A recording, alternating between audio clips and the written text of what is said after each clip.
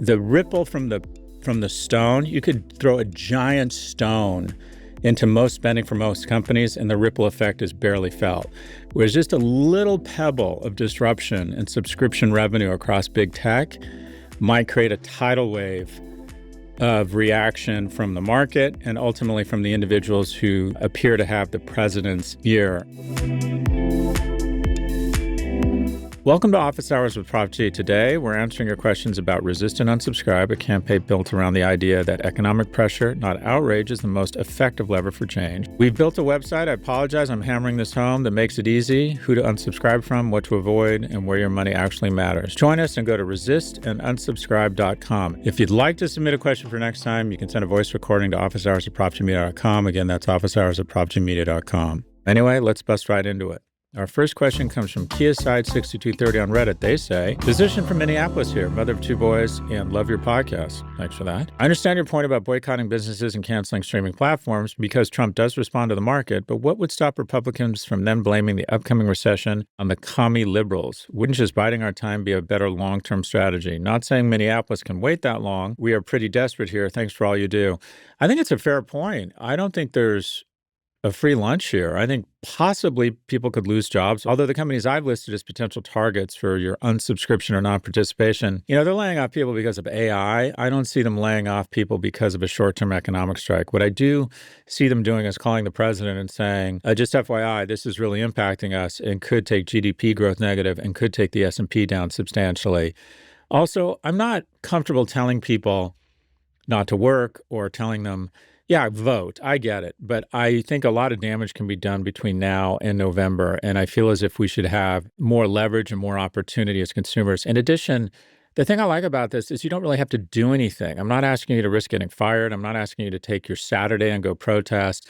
I'm not even telling you which companies to unsubscribe from or when you might subscribe back. This is up to you. This is meant to create a signal and a framework for showing people that they have more power than they think, that in a consumer-driven economy where the president only responds to market signals, that you actually have more power just through non-participation and power of the purse. Do I think the Republicans will blame Democrats? Yeah, I mean, they're going to do that anyways. Anything bad that happens in the economy or anything period that's negative, whether it's a cartoon not turning out the way they'd hoped or puppies being run over in the street, it's going to be reverse engineered not just to Democrats but probably to the Biden administration. So I think that's coming no matter what. I do think if the S&P had been down 17%, not up, I don't think we'd have ice in cities. I think the president would be in such a world of trouble. What happens with America and our government is the idolatry of the dollar has resulted in the S&P and the NASDAQ becoming the ultimate arbiters of success or lack thereof in administration. And despite the fact that Democrats have vastly outperformed Republicans in terms of market returns or employment, as long as the market is up, I believe the president feels he has license to do pretty much anything. As long as people are making money, then he can do anything. And if you look at the people he responds to, he just responds to markets, and the titans of industry are the titans of these markets. So will they blame Democrats? Yeah, but they're going to do that anyways. So they're going to take full credit. It reminds me of when President Trump was asked, what parts of the economy do you own? And he said, the parts that are good. So yeah, that's going to happen anyways. Is there a downside? Probably, and there's probably downsides I'm not seeing. But if you're looking for a way to start hitting back, you want to find the soft tissue, and the soft tissue here is the markets, and the soft tissue within the soft tissue of the markets is, in fact, big tech, who I think are most vulnerable to a slowdown and in some ways most resilient. I don't think this is going to result in layoffs or any sort of consumer offering here. I'm not telling people to stop buying groceries. I don't think a person with economic security can tell people not to work or not to buy essentials. But do you really need 5 streaming media platforms? Appreciate the question. Question number 2 comes from a listener who emailed us. They say, hi, Scott and team. What's the biggest way Resist and Unsubscribe could fail or backfire? Is there a scenario where this actually strengthens the very corporations or political actors it's meant to weaken? Just reading this, yeah. If it becomes politicized and all of a sudden conservatives find that the best way to own the libtards is to, buy 5 subscriptions to AT&T or buy Palantir stock or whatever it might be, yeah, it could absolutely backfire. Also, I don't like the idea of politicizing everything, including corporate spending, and I don't believe in canceling people. I think their livelihood should not be threatened by their political views. So, Do I have perfect moral clarity around this? No. Could it cost people jobs? Potentially, although the firms we're targeting, big tech, I don't know, I don't think this is probably going to result in a huge destruction in employment. It could definitely backfire on me personally if it's a giant thud. Or off mic on this podcast, we've decided not to take an advertiser for the month of February because they're one of these firms. And so, I've had a speaking gig canceled already because they said, look, we respect what you're doing. You're just a little bit hot right now. So there is no battle. There is no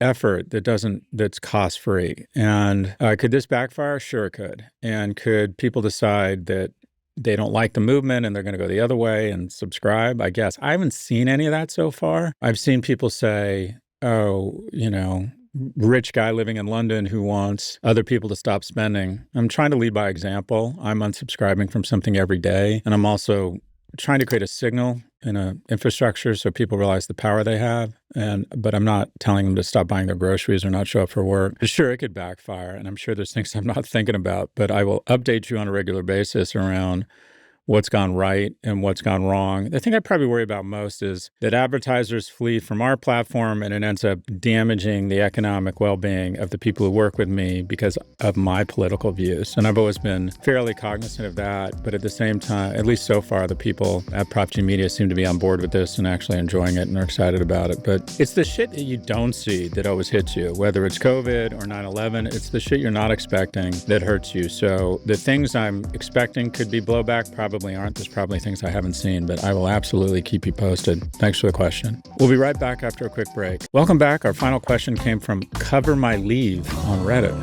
Hi, Scott. I agree with your premise that dollars are the most honest signal of public will. What struck me is that we may be aiming the message to the wrong decision makers. Roughly 97% of Meta's revenue comes from advertising. That means very small number of media directors and CMOs effectively control the cash supply. Have you considered whether motivating advertisers rather than consumers might be a more efficient pressure point than persuading millions of people to give up their subscriptions? Curious how you pressure test this. Is coordinated ethical media buying a more realistic market lever than a population-wide consumer strike? It's really interesting, and it's been tried before and it hasn't worked because it's not a concentration of buyers. Something like one of the most powerful things about Meta's business model is I don't think any one advertiser controls more than 1% of spend. And that is, they have such a robust, diverse ecosystem that the ability to impose any sort of damage on Meta, A, you'd have to go to millions of advertisers, and B, I'm spreading the message on resist and unsubscribe on Instagram. Why? Because Instagram basically has monopoly power. There's just no getting around it. If you want a message to go viral, you've got to be on a Meta platform. I'm not happy about it. I would like to be telling people to unsubscribe from Meta, but the reality is 2/3 of Americans now get their news from social media, and 2/3 of social media is controlled by one company.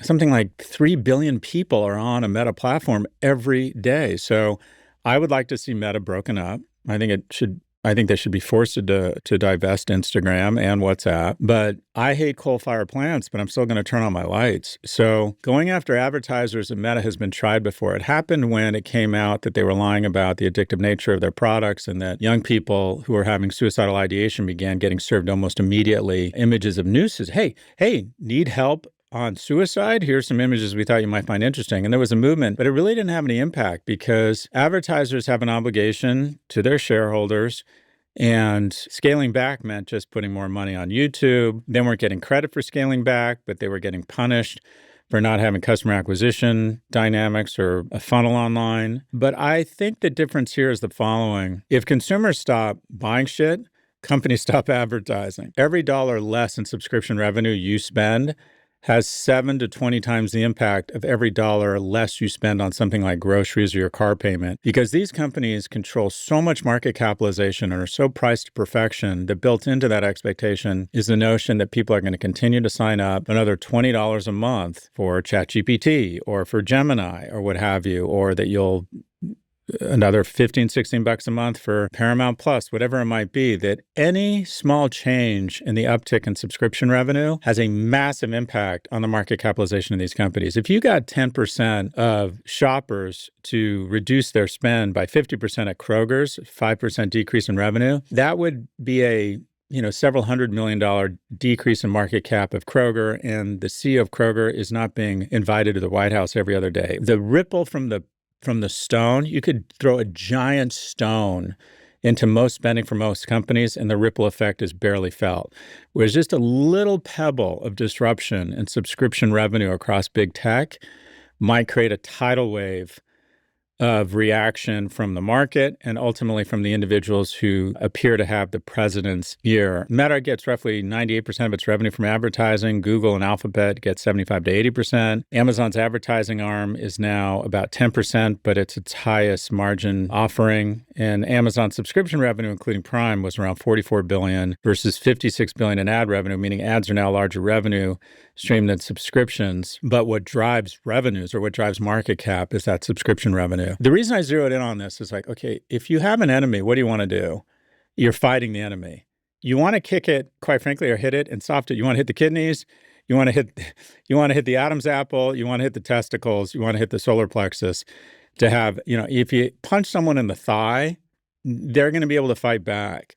And so when you punch someone or encourage them to stop spending less or going into work, I find you're punching someone in the thigh. It's going to take a massive amount of blows to the thigh to debilitate that person. Whereas if you go after the subscription revenue of the 7 companies responsible for 30% of the S&P, you are hitting these people in the nuts. Subscription revenue growth is worth much more, and any ding in that will show up immediately, be a disclosable event, and potentially have real big market ramifications and an impact on how these very powerful individuals feel about the current Trump policies. But it's a thoughtful question. And also, I'm open to advice here. I may have this wrong, but like Eisenhower said, a bad decision is wrong. No decision is worse.